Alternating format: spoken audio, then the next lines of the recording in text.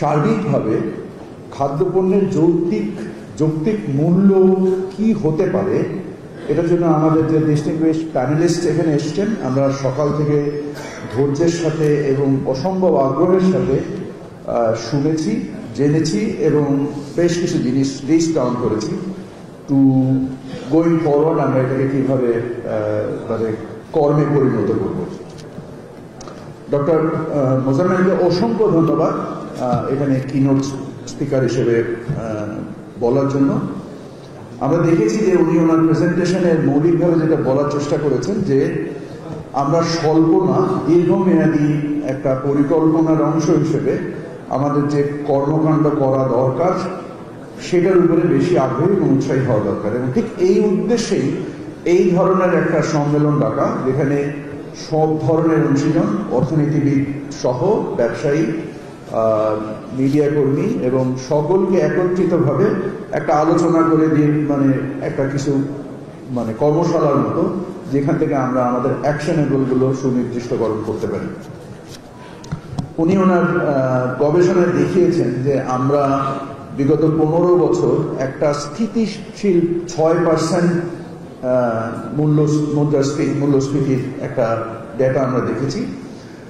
আসলে শুধু 6% এরকম একটা ফিকটিশিয়াস নাম্বার যে দেখেছি তা না, আমরা আমাদের সকল ক্ষেত্রেই আমাদের জিডিপির আকার, আমাদের ব্যাংকের ইন্টারেস্ট রেট 6%, মানে ডিপোজিট রেট 9%, ইন্টারেস্ট রেট, আমাদের মানে যত কিছু, আমাদের কর জিডিপি অনুপাত, আমাদের মানে ঋণ জিডিপি অনুপাত, আমাদের এমনকি এক্সচেঞ্জ রেট, আমরা অনেক দিন যাবৎ আর্টিফিশিয়াল এটাকে ধরে রেখেছি। এর সমস্ত একটা অ্যাক্রুয়াল ইফেক্ট বর্তমান সরকারের উপরে আরোপিত হয়েছে, এবং এই অ্যাক্রুয়াল ইফেক্টকে হ্যান্ডেল করা ইটস নট দ্যাট ইজি। এবং এটা আমি নিশ্চিত যে ডক্টর মোজেন সেটা এগ্রি করেন যে এই অ্যাক্রুয়াল ইফেক্ট হ্যান্ডেল করতে গেলে যথেষ্ট মুন্সিয়ানার প্রয়োজন আছে। সেই মুন্সিয়ানা ব্যক্তিগতভাবে এককভাবে আমার নেই, এবং আমি এই কারণে এখানে আমার মন্ত্রণালয় সংশ্লিষ্ট যারা আছেন, কম্পিটিশন কমিশন, ট্যারিফ কমিশন, আমাদের সচিব মহোদয় যিনি চৌধুরী দায়িত্বে আছেন, আমি সহ, এবং অফকোর্স আমাদের বিদগ্ধ অর্থনীতিবিদ আনু মোহাম্মদ স্যার আছেন। The idea is to collectively comprehend এবং আমাদের যে দায়, সমন্বিতভাবে একটা দায় উপলব্ধি করা, যার বিনিময়ে আমরা সমস্যাটাকে সাম্যকভাবে উপলব্ধি করে দায়টাকে নিবারণ করব। আমরা ডক্টর মোজাম্মেলের প্রেজেন্টেশনে দেখেছি যে উনি যেসব জিনিস নিয়ে আপত্তিও তুলেছেন এবং সমাধানের যে দিক নির্দেশনা দিয়েছেন। ধান কালেকশনের ব্যাপারে উনি কথা বলেছেন। ইনফ্যাক্ট ধান কালেকশনে আমি নিজে ব্যক্তিগতভাবে চেয়েছি যে একটু ইজি হোক, সো দ্যাট যে এই মুহূর্তে বাজারে যে আমি জানি না আমার এই নীতি মানে কাজ করবে কিনা, বাট আমার চিন্তা হয়েছে যে স্থানীয় বাজারে যেন সরবরাহ বৃদ্ধি পায়, যেন সরকারি সংগ্রহটা একটুখানি স্লো করা, এবং সরকারি সংগ্রহটাকে আমি আমদানির উপরে নির্ভরশীল করতে চাই, যার ফলে স্থানীয় বাজারে চাপ কমে আসে। এটা একটা পার্ট অফ দ্য স্ট্র্যাটেজি। এবং অ্যাট দ্য সেম টাইম আমরা দেখেছি যে উনি যে একটা ইন্ডিকেশন দিয়েছেন যে 12 layer of price ecosystem on the rice, এই 12 লেয়ারটা অফকোর্স আমি ওনার সাথে বুঝতে চাই, এবং ওনাকে আমি বলেছি যে ওনার আমন্ত্রণের অপেক্ষায় আছি। আমি নিজেই ওনার দপ্তরে যাব এবং যে ওনার টিমের সাথে বুঝে আমরা আমাদের কর্মসমষ্টি নির্দিষ্ট করব।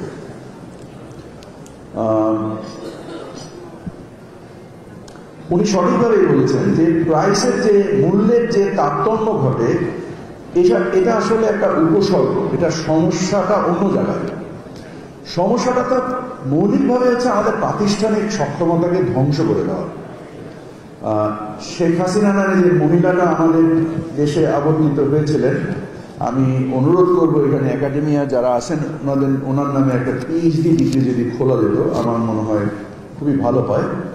কারণ প্রতিষ্ঠানগুলোকে মানে এমনকি বাইতুল মুকাররমের খতিবও যখন পালিয়ে যায় তখন এটা নির্দিষ্টভাবে বোঝা যায় যে হেন কোনো প্রতিষ্ঠান ছিল না যেটাকে ধ্বংস করা হয়নি। সেটা ব্যুরোক্রেসি বলেন, এমনকি রাষ্ট্রীয় গোয়েন্দা সংস্থা বলেন, আমাদের জুডিশিয়াল সিস্টেম বলেন, একাডেমিয়া বলেন, আমাদের বিজনেস কমিউনিটি বলেন, সবার একটা ক্রিমিনাল নেক্সাস আমরা দেখেছি এবং তার যে সমন্বিত দায় তৈরি হয়েছে এবং এটা থেকে বের হওয়ার যে রাস্তা, এটা খুব সহজে হবে না। কারণ আপনি জানেন যে প্রায় 5 মাস ধরে এই সরকার যখন ক্ষমতায় এসছে এর মধ্যে প্রায় 50% টাইমই গিয়েছে বিভিন্ন রকমের সৃষ্টিকৃত অস্থিরতা মানে নিবারণ করার জন্য।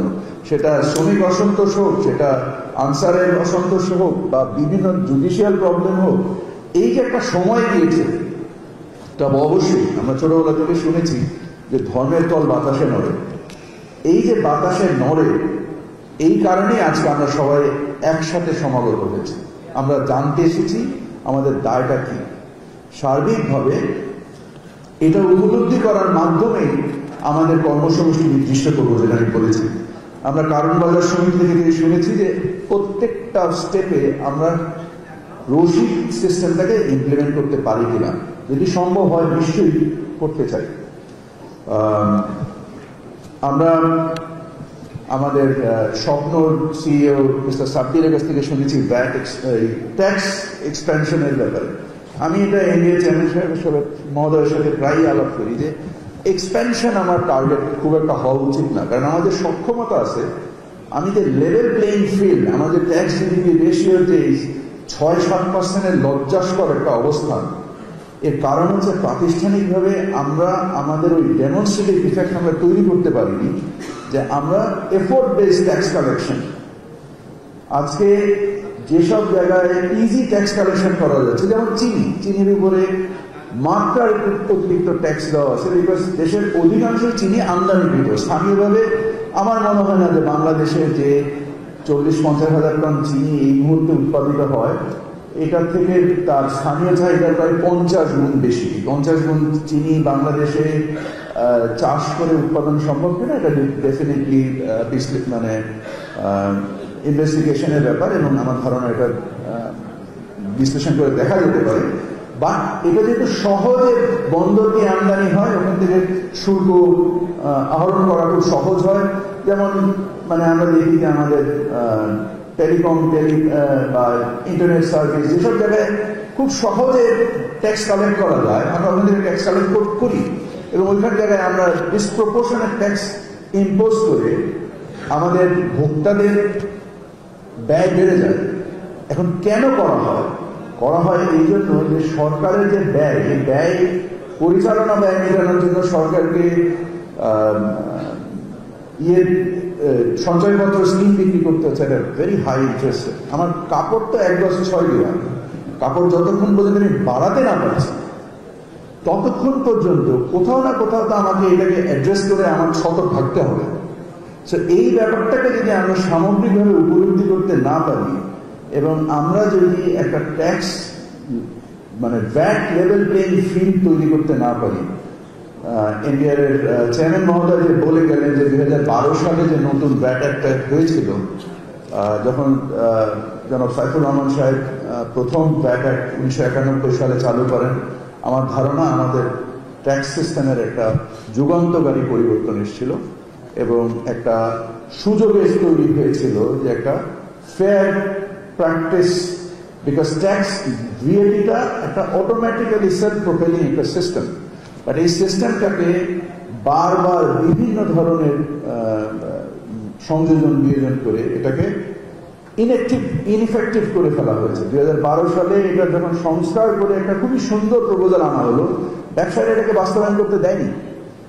I am sorry to say, কারণ এটা করলে অনেক বেশি ট্রান্সপারেন্সি তৈরি হতো। এই ট্রান্সপারেন্সিটা ব্যবসায়ীরা চায়নি, এবং আজকে যেটা মানে ডক্টর মজেন তার প্রেজেন্টেশনে বললেন যে এই যে মূল্যের যে তারতম্য, এটা একটা উপসর্গ, এটা সমস্যা না। তাহলে মৌলিক সমস্যাটা কি? আমার বিবেচনায় মৌলিক সমস্যাটা হচ্ছে আমাদের ইনইকুয়ালিটি অফ ওয়েলথ, আমাদের সম্পদের যে বৈষম্য। এই সম্পদের বৈষম্যের জন্য আমাদের যে অর্থনৈতিক নীতি প্রণয়ন হয় এটা ধনিক শ্রেণীকেই সাহায্য করার জন্য হয়, মানুষকে, ভোক্তাকে প্রকৃত সাহায্য করার জন্য। যে আমরা যে আসলে দায়বোধ করে যে আমরা যে আমাদের নীতিগুলো প্রণয়ন করব, এই ক্ষেত্রে যেহেতু আমাদের প্রাতিষ্ঠানিক সক্ষমতাকে ধ্বংস করা হয়েছে, সো অতএব আরো কত ধনী হতে পারে মানুষ, এর জন্য বিভিন্ন ধরনের ফিসকাল পলিসিস তৈরি হয়েছে দেশে। এটাকে অস্বীকার করার কোনো জায়গা নেই আমার ধারণা। এখন আমরা এটাকে কিভাবে কম্পেয়ার করব? How do we undo this? আমরা দেখেছি গত 15 বছরে দেশের তেমন কোনো বিনিয়োগ হয়নি। ব্যাপক মানে কয়েকটা প্রতিষ্ঠান ছাড়া বাংলাদেশে কেউ তেমন কিছু বিনিয়োগই করেনি।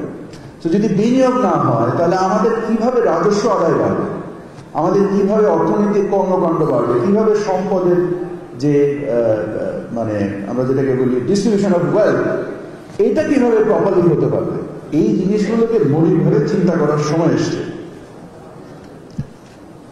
সো আমার কাছে মনে হয় যে ট্যাক্স নেট এক্সপ্যানশনের থেকে ট্যাক্স জাস্টিস ক্রিয়েট করা এবং ট্যাক্স কালেকশনের ক্ষেত্রে একটা লেভেল প্লেইং ফিল্ড তৈরি করা, এবং যারা ব্যবসায়ীরা, আমি যেটা সবসময় বলি যে সেক্টর স্পেসিফিক অ্যাপ্রোচ নিয়ে যে একটা বিচ্ছিন্ন তৎপরতা না চালিয়ে আমরা যদি একেবারে সেক্টর ভিত্তিক অ্যাপ্রোচ নিই এবং একটা ইউনিফর্মিটি তৈরি করতে পারি, আমি নিশ্চিত যে বর্তমান ভ্যাট থেকে অনেক বেশি ভ্যাট অর্জন করা সম্ভব। এবং ভ্যাট অর্জন করতে পারলেই ট্যাক্স তৈরি হবে। কারণ ব্যবসা যখন ভ্যাট ফাঁকি দেয় তখন স্বাভাবিকভাবে সে চাইলেও ট্যাক্স দিতে পারে না, কারণ তার তো ব্যবসা কোনো লাভ নাই, সে ট্যাক্স কোথা থেকে দিবে?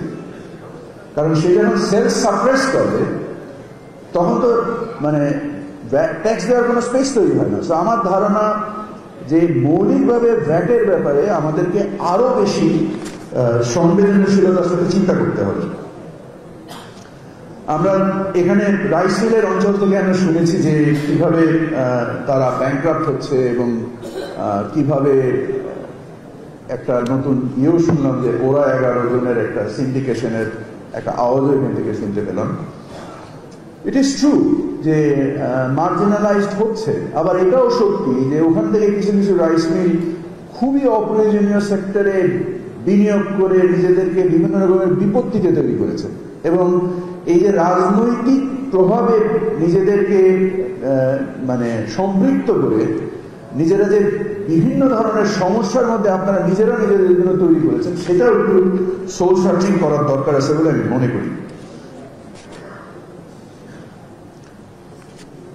আমরা ডিমের পক্ষ থেকে শুনতে পেলাম যে মার্কেটের কিভাবে open market how it operates, but আমরা এর সাথে সাথে এটাও স্বীকার করতে চাই যে আমরা দেখেছি যে আমরা যখন ভোক্তা অধিকারের কর্মকাণ্ড অ্যাক্টিভ রোল প্লে হলো তখন 180 টাকার ডিম কিভাবে 140 টাকা নেমে আসে। I think we need to also do a bit of soul searching there. আমরা ব্যাংকের কাছ থেকে জানতে পারলাম এই যে ব্যাংকটাকে একটা ক্রিমিনাল ইনস্টিটিউশন হিসেবে গত 15 বছরে তৈরি হয়েছে। এখানে ইসলামী ব্যাংকের চেয়ারম্যান আছে। স্যাডলি আমি জানি না কতটা সঠিক কিনা, আমি এবার শুনেছিলাম যে বাংলাদেশের নিচের থেকে 40টা ব্যাংক যোগ করলে যত বড় হয় ইসলামী ব্যাংক একা তত বড়। বাট আমার কথাটা সত্য না হলেও ইসলামী ব্যাংক একটা বিশাল ব্যাংক। কিভাবে এই ব্যাংকটাকে ধ্বংস করা হয়েছে? আমি একজন সাবেক ব্যবসায়ী হিসেবে বলতে পারি যে আমি ইসলামী ব্যাংকের একজন ক্লায়েন্ট ছিলাম। The day Islami bank goat মানে টেকেন ওভার, আমি মনে হয় 15-20 দিনের মধ্যে ইসলামী ব্যাংক থেকে সব কিছু দিয়ে খোদা হাফেজ আল্লাহ আসসালামু আলাইকুম বলে বেরোয় চলে এসেছিলাম। অফকোর্স আমাদের অন্য ব্যাংক থেকে লোন নিতে হয়েছে ইসলামী ব্যাংকে পেমেন্ট করার জন্য, বাট নিয়েছিলাম এই জন্য because I realise that this is doomed to fail। এবং কি পরিমাণ দুর্বৃত্তায়ন হয়েছে এই ব্যাংকে, এই ব্যাংক আইনে কি পরিমাণ দুর্বৃত্তায়ন হয়েছে। একজন ব্যাংকের মালিক কত টাকার ক্যাপিটাল আছে তার, 20,000, 40,000, 50,000, 1 লাখ কোটি টাকার মালিক ভাবেন নিজেদেরকে, সমস্ত কিছু রক্ষাকর্তা। একই পরিবারের একাধিক মানে মেম্বার্স অ্যাজ ডিরেক্টরস, এবং একেবারে পারপেচুয়াল লাইফ লং, মানে at least like a proprietorship company they have operated. এবং আজকে যে আমরা এনপিএল এর কথা শুনছি, আমার তো মনে হয় আমার অফিসের পিয়ন যে আমার চা দেয়, ও যদি ওইভাবে লোন ডিসবার্স করতো, তাও তো এই 70-80%, মানে কিছু কিছু ব্যাংকের 85%, 90% নন পারফর্মিং লোন। কিভাবে সম্ভব? কেন আমরা এদের বিরুদ্ধে ব্যবস্থা গ্রহণ করছি না? এটাও আমার একটা আফসোস। অফকোর্স করা উচিত। এই ডেমনস্ট্রেশন আনা দরকার আছে অর্থনীতিতে, যে উই মিন বিজনেস অ্যান্ড দুষ্টের দমন এবং শিষ্টের পালন করা উচিত। আমরা মানে আজকের আমার এখানে আসার আরেকটা উদ্দেশ্য হচ্ছে যে টিসিবি কেন্দ্রিক যে অপারেশন, সেটা সম্বন্ধে আপনাদেরকে একটু অবহিত করতে চাই। টিসিবি 12,000 কোটি টাকার পণ্য কিনে, তার মানে বেশ বড় একটা ব্যবসায়িক প্রতিষ্ঠান করতে পারে। টিসিবির সাথে ব্যবসা করলে টিসিবিকে একটা প্রতিষ্ঠান হিসেবে কিভাবে ধ্বংস করা হয়েছে? মাত্র 142 জন লোকবল এই 12,000 কোটি টাকার একটা অপারেশন অপারেট করে। সেটা খুবই দুঃখজনক একটা বিষয়। বাট তারপরে আপনাদেরকে বলছি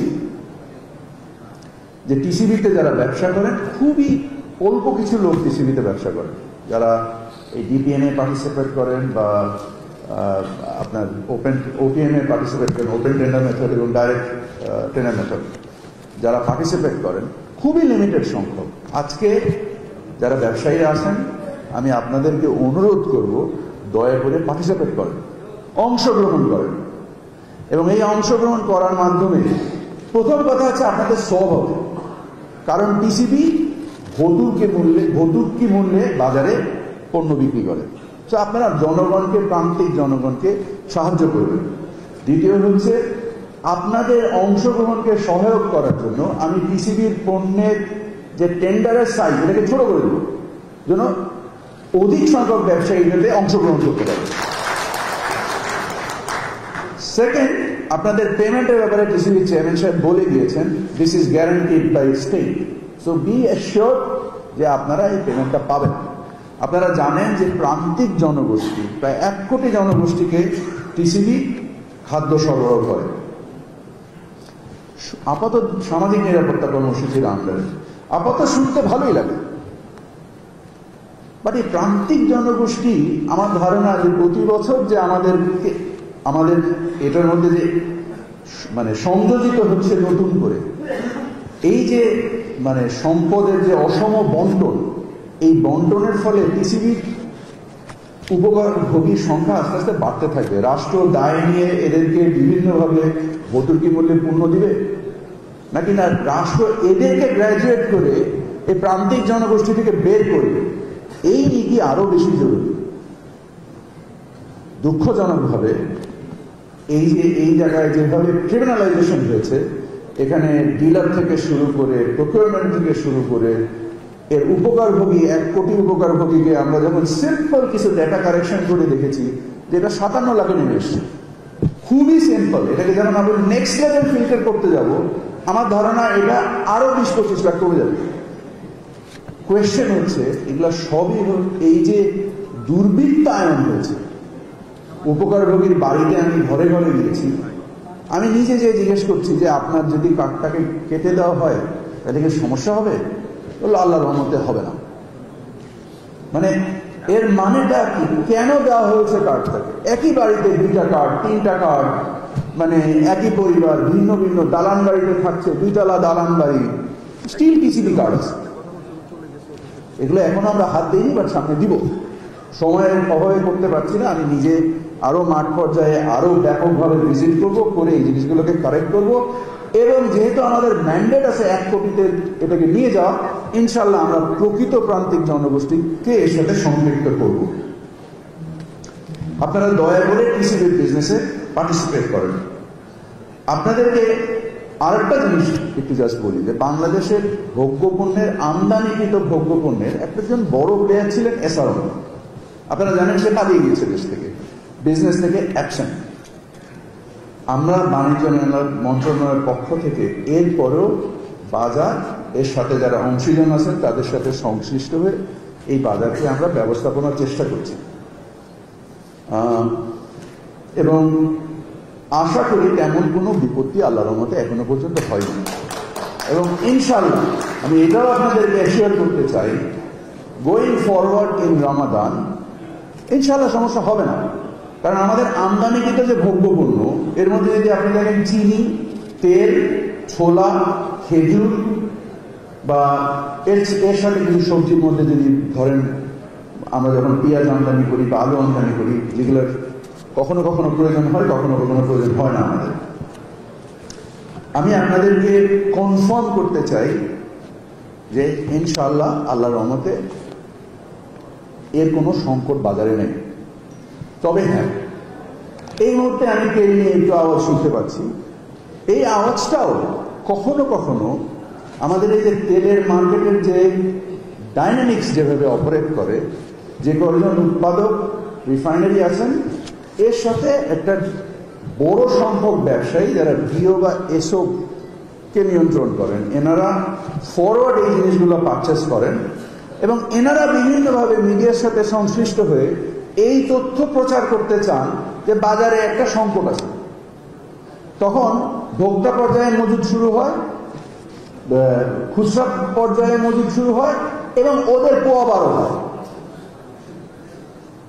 আমি আপনাদেরকে বিশেষভাবে মিডিয়ার মাধ্যমে অনুরোধ করব, এরকম কোনো অবস্থান দেশে নেই। তো আপনারা দয়া করে এই মজুদদারির বিরুদ্ধে আপনারা যারা মিডিয়াতে নিউজ তুলে দেন, দেওয়ার সময় একটু চিন্তা করেন কার বিরুদ্ধে যাচ্ছে এটা এবং কার পক্ষে যাচ্ছে। ওই মজুদদারের পক্ষে আপনি নিউজ করছেন কিনা এবং ভোক্তার বিপক্ষে নিউজ যাচ্ছে কিনা। সরকার বেকায়দায় করতে পারে, অসুবিধা নেই, ওকে, আমার চাকরি কয়দিনের, খুব বেশি দিনের তো না। বাট দ্য প্রবলেম ইজ এই যে ইনস্টিটিউশনাল যে ফেলিয়ারটা হয়েছে দেশে, যার মধ্যে ভোক্তাকে ট্যাক্সিং করার যে একটা দুর্বৃত্তপরায়ণ একটা যে কালচার তৈরি হয়েছে, সেখান থেকে আমাদেরকে সেলফ রিকনসিলেশনের একটা টাইম এসছে বলে আমি মনে করি। এবং আমি আন্তর্জাতিক বাজারে বিভিন্ন পণ্যের যে দাম দেখছি, আমার হিসেবে তো দাম কমার কথা, বাড়ার কোনো কারণ আমি দেখি না, কোনো কারণ দেখি না। আশা করি আল্লাহর রহমতে আল্লাহ বরকত দেবেন আমাদের কর্মকাণ্ডে এবং আমরা উপযুক্ত মূল্যে, আমরা চাই না বাজার নিয়ন্ত্রণ করা আমার আগ্রহ না, তারপরেও আমরা এখানে আমাদের কম্পিটিশন কমিশন এসছে এবং রাইটলি বলেছেন যে এই কম্পিটিশন কমিশন বিগত বছরগুলোতে কিছুই করেনি। তো আমরা যখন এই কমিশনকে রিকমিশন করি, first thing I had a meeting with the chairman এবং আমি ওনাকে বলেছি যে আপনার প্রয়োজনীয় আইনগত সংস্কারের প্রস্তাবগুলো দ্রুত নিয়ে আসেন। আপনার commission is subordinated to the commerce ministry. আমি বলেছি এই সাবঅর্ডিনেশন আমি রাখতে চাই না, আমি আমার এই ক্ষমতা রাখতে চাই না। আপনি একটা কমিশন, আপনি ইন্ডিপেন্ডেন্টলি অপারেট করবেন। So the members and the chairman of the commission, they will be given enough nails and tooth to come and exercise their right on representing the consumers. ভোক্তাদের প্রতিনিধি হিসাবে বাজারে যে কোনো ধরনের প্রতিযোগী বিরোধী কোনো কর্মকাণ্ডকে ওনারা সত্যিকারভাবে, ওনাদের মধ্যে যেটা দাবি এসছে যে ওনাদের মধ্যে ইকোনমিক্স অ্যানালিস্ট আছে কিনা, অবশ্যই আছে। ওনাদের মধ্যে আইন বিশেষজ্ঞ আছেন কিনা, অবশ্যই আছেন এবং খুব ভালো উন্নত মানের আছেন। সো আমি বলবো যে বাজারের সঠিকতা, সঠিক প্র্যাকটিসেস ইমপ্লিমেন্ট করার জন্য ভোক্তা অধিকার আছে, কম্পিটিশন কমিশন আছে, ব্যবসায়ী ও পরিসর বৃদ্ধি করার জন্য আমরা আমাদের টিসিবি আছেন। সর্বোপরি বাজারকে ভোক্তার জন্য সহনীয় করার জন্য আমাদের ট্যারিফ কমিশন এবং এনবিআর, তারা যে হাতে হাত রেখে কাজ করেছেন, আমি অসংখ্য ধন্যবাদ দিই ওনাদেরকে, যে মানে খুবই সুন্দরভাবে ডেটা অ্যানালিসিস করে এবং এনবিআর যত দ্রুততার সাথে এই ট্যারিফের অ্যাডজাস্টমেন্টগুলো করেছেন, যার বিনিময়ে ভোক্তাদের উপযুক্ত মূল্যে পণ্য পাওয়া সম্ভব হয়েছে। So I think a big hand to the to the NBR and the Tariff Commission for their support. আমরা এটাও দেখেছি, আমি তো পারচেস কমিটি মিটিংয়ের মধ্যে বসি, যে আমাদের অর্থ উপদেষ্টা উনি যে উদারভাবে এই ওএমএস কার্যক্রমকে আমাদের চালের যে ইনভেন্টরি বিল করার ক্ষেত্রে যে অর্থনৈতিক মানে সক্ষমতাকে বিভিন্ন জায়গা থেকে টাকা সরিয়ে, বিকজ হাজার হাজার কোটি টাকা লাগছে সারের জন্য, যে পরিমাণ উনি উদারভাবে সাহায্য করার চেষ্টা করেন, এবং আশা করি যে ইনশাল্লাহ সারেরও কোনো সংকট হবে না, খাদ্য পণ্যেরও কোনো সংকট ইনশাল্লাহ হবে না। এবং সর্বোপরি যেটা আমি একবার বলেছি যে ধর্মের কল বাতাসে নড়ে, এটা আস্তে আস্তে প্রোপেল করবে, এই গুড প্র্যাকটিস প্রিভেল করবে। একটু হয়তো সময়ের দরকার, কারণ সৎ উদ্দেশ্যে এই অ্যাডভাইজার কাউন্সিলের, আমি যখন বিভিন্ন কাউন্সিলের মিটিংয়ে বসি, অফকোর্স আমাকে এই হট সিটের মার্কেট প্রাইসের ব্যাপারে যথেষ্ট রকম প্রত্যেকটা উপদেষ্টাকে জবাবদিহি করতে হয়, এবং প্রধান উপদেষ্টা মাঝে মাঝে আমাকে ডাইরেক্টলি শুধু 1-to-1 ডাকেন মার্কেট প্রাইস অ্যাপ্রাইজাল নেওয়ার জন্য, এবং আমি ছাড়াও উনি আরও বিভিন্ন জায়গা থেকে এই মার্কেট প্রাইসের ডেটা কালেকশন করেন। আমরা একটা উদ্যোগ খুব শীঘ্রই নিতে যাচ্ছি, যেখানে গভর্নমেন্টের সকল এজেন্সি ইনক্লুডিং আপনার গোয়েন্দা এজেন্সি সহ, এবং প্রাইভেট সেক্টর এবং সাংবাদিক, আমরা একটা স্পেসিফিক টিওআর এর ভিত্তিতে আমরা একটা ভ্যালু স্ট্যাম্পিং করতে চাই, একটা প্রাইস স্ট্যাম্পিং করতে চাই, যে বাজারের উৎপাদক থেকে বিক্রেতা পর্যন্ত কি কি কারণে দ্রব্যের মূল্যের পরিবর্তন হচ্ছে আমরা এটা, এবং ওইখানে যে মাল্টিপল এজেন্সি দিয়ে একই টিওআর এই স্টাডিটা এই জন্য করতে চাই যে কমন ফ্যাক্টরগুলো নিয়ে আমরা কাজ করতে চাই। কারণ আমি দেখি বিভিন্ন সময় অতি সরলীকরণকৃত একটা কনক্লুশন, অথবা যেখানে একটা ডাইনি খোঁজা হয় যে না চাঁদাবাজির জন্য এই জিনিসটা হচ্ছে বা এইটার জন্য এটা হচ্ছে, না, বুঝতে চাই যদি চাঁদাবাজির জন্য হয়ে থাকে তাহলে আমরা জানতে চাই যে কোন জায়গায় চাঁদাবাজি হচ্ছে, কত টাকা চাঁদাবাজি হচ্ছে। খুবই সরলীকরণকৃত সমস্যার সমাধান করাটা মানে আমি মনে করি না যে ঠিক, আনলেস আমরা রিসার্চ বেসড, অনুসন্ধান বেসড, তথ্য ভিত্তিক মানে আমরা সমস্যাটা জানবো নিজেদেরকে, এবং আমরা ওখান থেকে আমাদের কর্মসমষ্টি নির্ধারণ করব।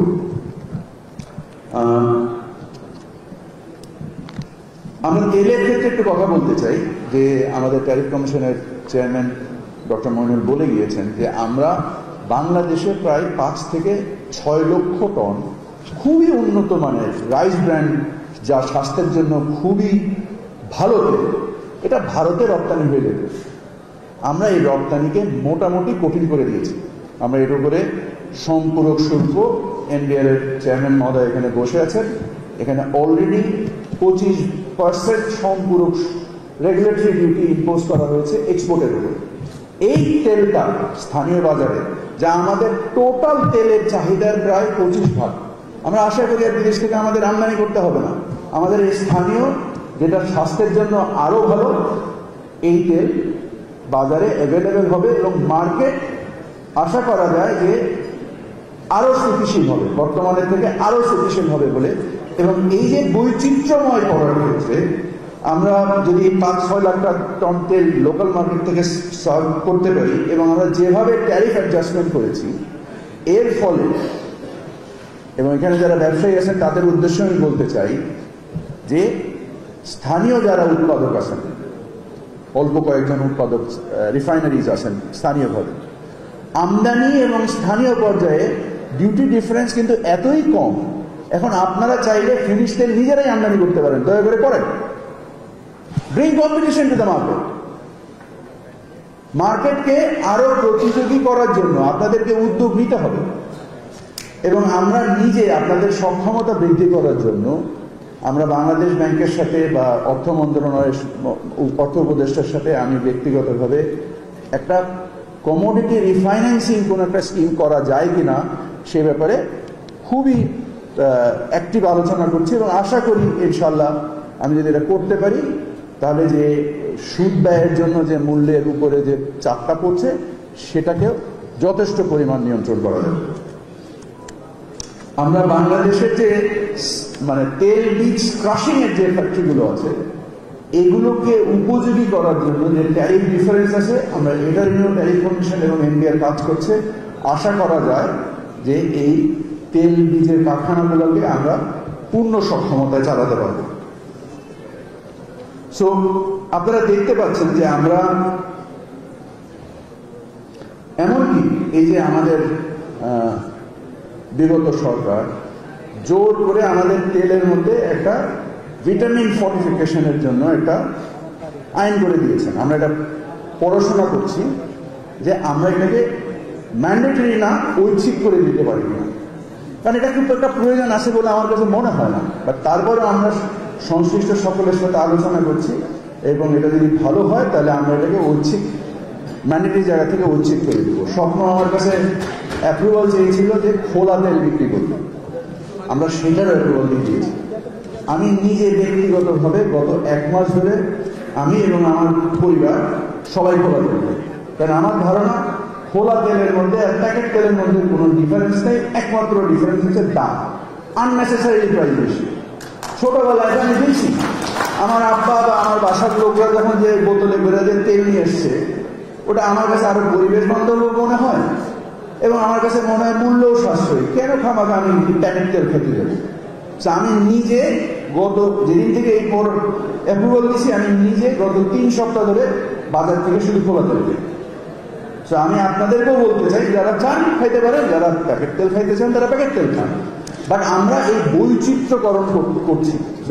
মূল কথা হচ্ছে যে সমস্যাটাকে একটা কোনো সিঙ্গেল জিনিস দিয়ে সমাধান করতে পারবো না, আমাদের সমাধানগুলোকে একত্র নিয়ে কাজ করতে হবে।